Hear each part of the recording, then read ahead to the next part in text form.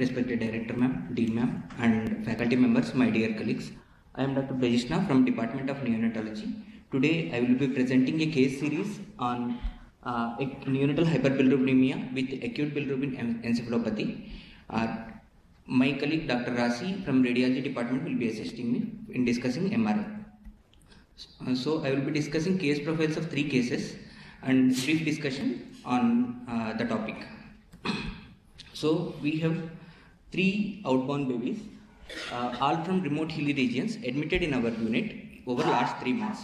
So case 1, this baby was admitted to us at our unit at 96 hours of life, 39 plus 2 weeks gestational age female girl baby with birth weight of 3000 gram and admission weight of 2620 gram with cumulative weight loss of 12.6%, which is more than expected weight loss.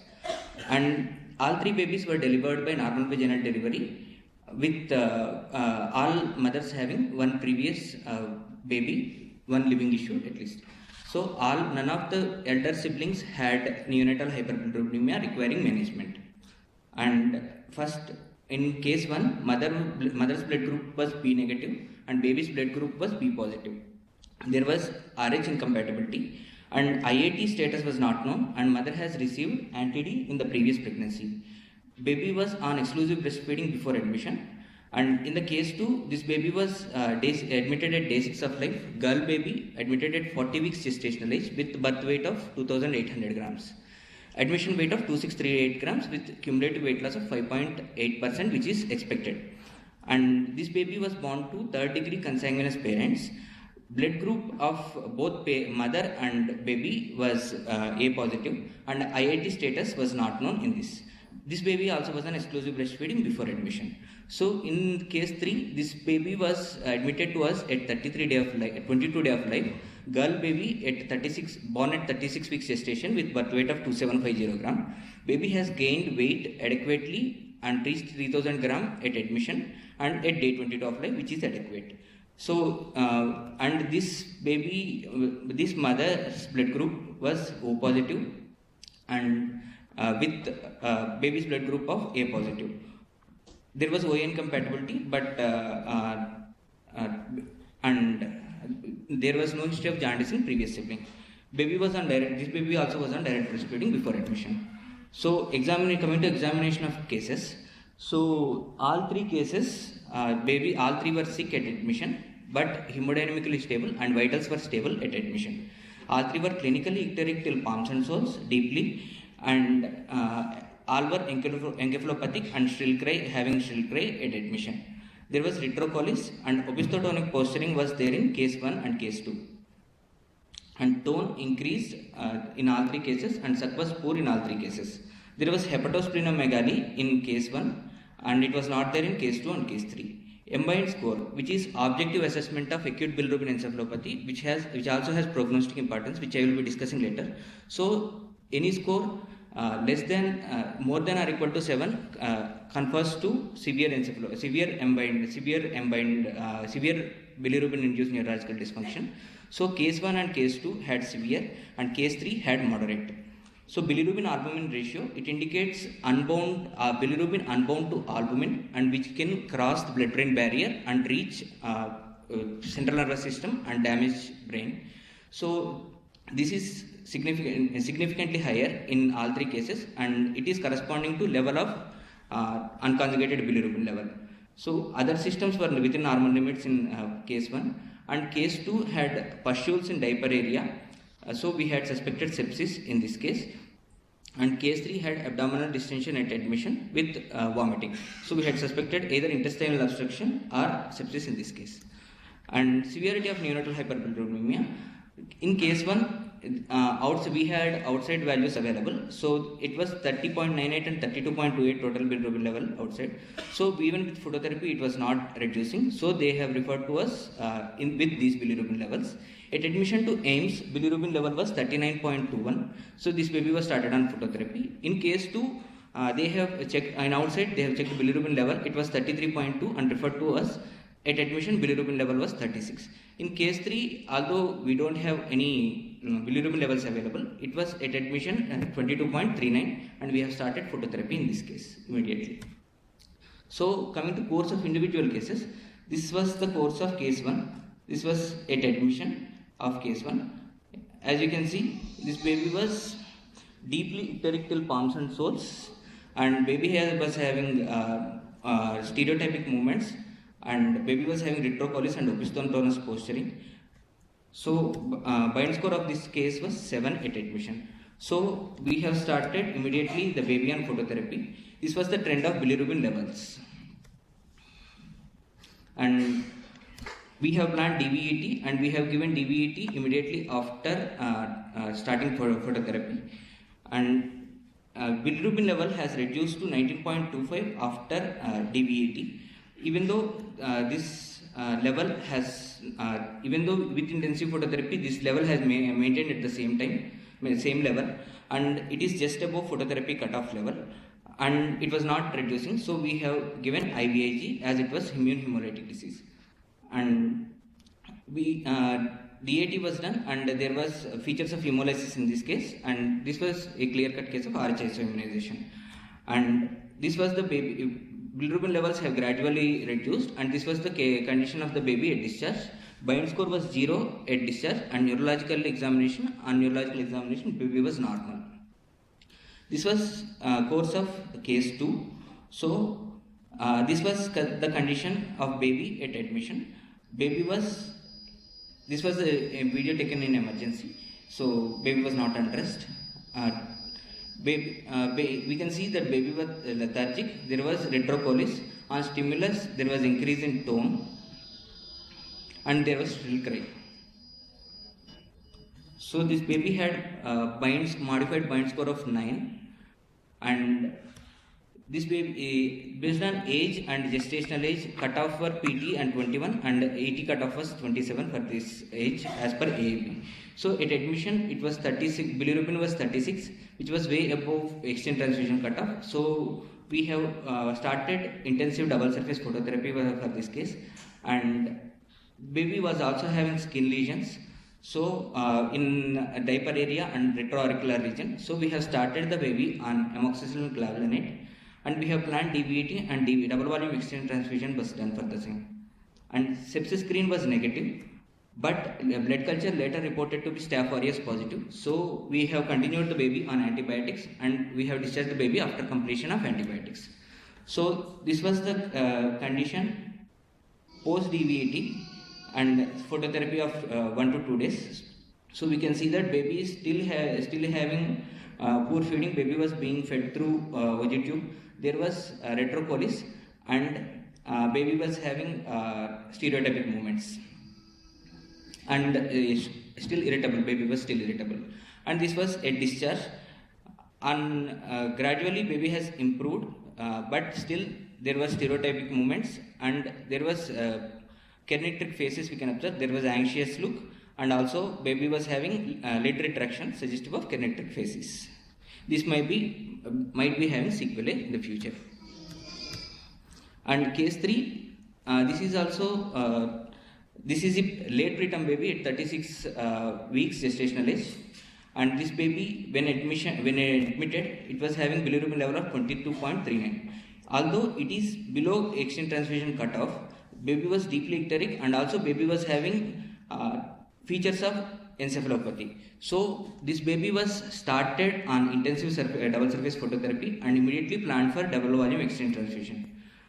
And baby was having abdominal distension and vomiting, lethargy, so suspected to have sepsis, and we have started with the baby on antibiotics.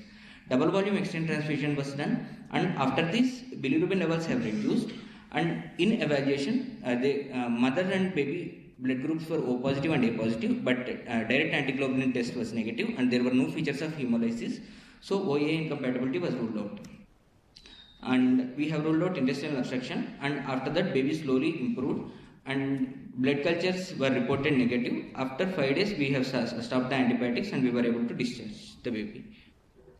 I invite Dr. Rasi to discuss MRIs of these 2 cases.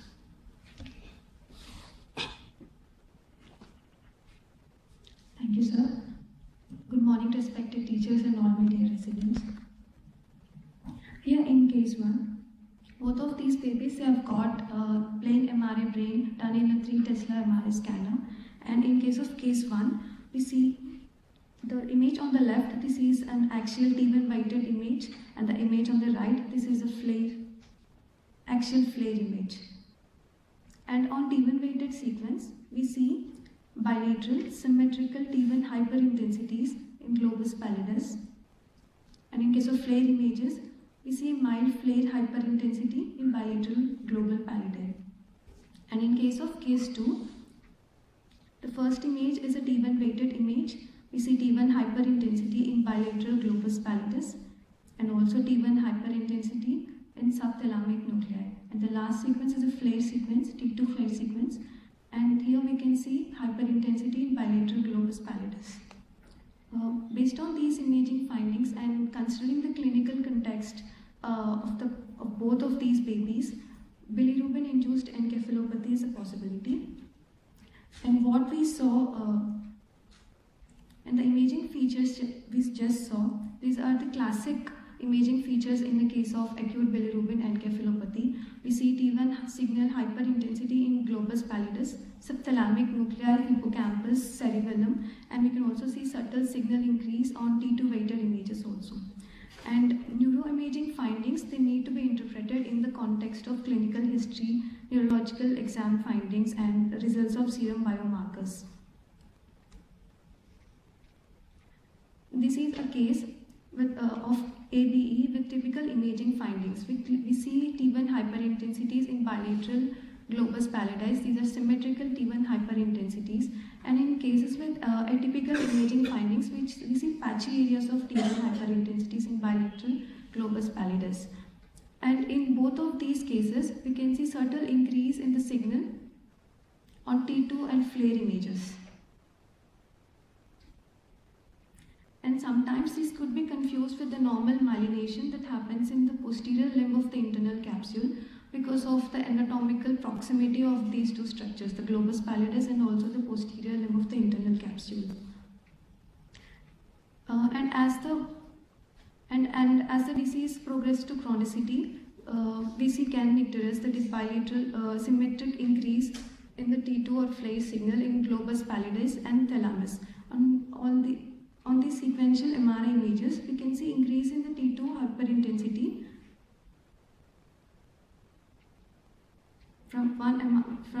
in each of these sequential images. We can clearly see the T2 hyperintensity increasing. I would like Dr. British to continue.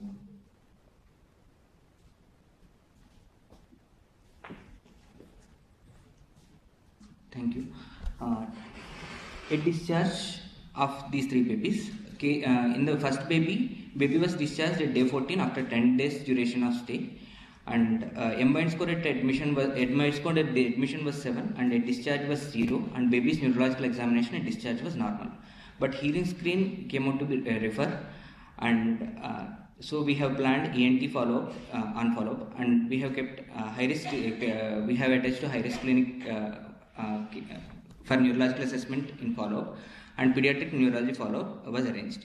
And in case 2, baby was discharged after 11 days, and baby has improved, but there was sequelae, and hearing screen also came out to be refer in this case. We have advised follow-up in HRC clinic and pediatric neurology and ENT for hearing assessment, and in evaluation we have advised repeat G6PD levels, as the G6PD level in acute state was normal, and we didn't have any clear-cut diagnosis in this case, and whole exome sequencing sample was sent to rule out conjugation defects. And in case 3, this baby was discharged after 5 days, and neurological examination at discharge was normal, and this baby has passed hearing screen, and this baby was advised a neurological assessment on follow-up and pediatric neurology follow-up. MRI brain was advised at follow-up, and G6PD levels and evaluation for genetic causes was planned on follow-up. So this is the scheme which usually severe neonatal hyperbilirubinemia cases are evaluated. So first one is increased production. So with increased production, it can be hemolytic or non-hemolytic, And transport defects, hypoalbuminemia, it is associated with increased risk of neurological toxicity and decreased clearance. Either conjugation defects or hepatic uptake, ligandin defects are those associated with increased risk, and increased enterohepatic circulation, either excessive weight loss or intestinal obstruction, or at increased risk of severe NNH. Coming to possible etiologies in our cases, first one is direct RH isoimmunization, although excessive weight loss is contributing in this case. And in case 2, there is no clear-cut diagnosis in this case. So we had to look for other causes. First is conjugation defect, as the parents being consanguineous couple and very high bilirubin level at presentation. So we have considered this and we have sent exome sequencing for this baby and report is awaited. And in G6PD deficiency, pre-exchange level was normal, but as this is very severe hyperbilirubinemia, we have planned later. So sepsis, although baby has blood culture positive status, but baby was not having overt features of sepsis. So this is considered as associated diagnosis, associated cause. And in case 3, there are associated features like prematurity, and sepsis was there, which is culture negative, but baby is being male baby. We wanted to rule out G6PD deficiency, and sample was planned on file. And brief discussion. We saw 3 cases of NNH. All are severe part of spectrum with similar background but differing underlying etiologies. Severe neonatal hyperbilirubinemia remains a preventable cause of neurological impairment. Although however, when encountered, severe NNH is considered as one of the medical emergencies due to the risk of neurotoxicity. So these are the neurotoxicity risk factors as per AAP Clinical Practice Guidance 2022. In case 1, we have seen that this positive DAT and isoimmune hemolytic disease is one risk factor, and in case 2, sepsis is associated risk factor, and in case 3, prematurity, gestation is less than 38 weeks, along with sepsis is associated risk factors. Other risk factors are significant clinical instability and albumin less than 3 gram per deciliter. So this is a modified Bind score which is used to objectively evaluate a case of acute bilirubin encephalopathy. This also has prognostic importance, and this is 4 components in this. One is mental status, second is muscle tone, third is cry, and fourth is oculomotor movements. A score out of 12 points is given and graded as mild, moderate and severe. Anything above 7 is considered equal to or 7 is more than 7 is considered as severe. This is the one study describing prognostic importance of Bind score. This is published in Annals of Pediatric Neurology. So it was a follow-up study of more than 35 weeks neonates. Total 76 neonates were followed up.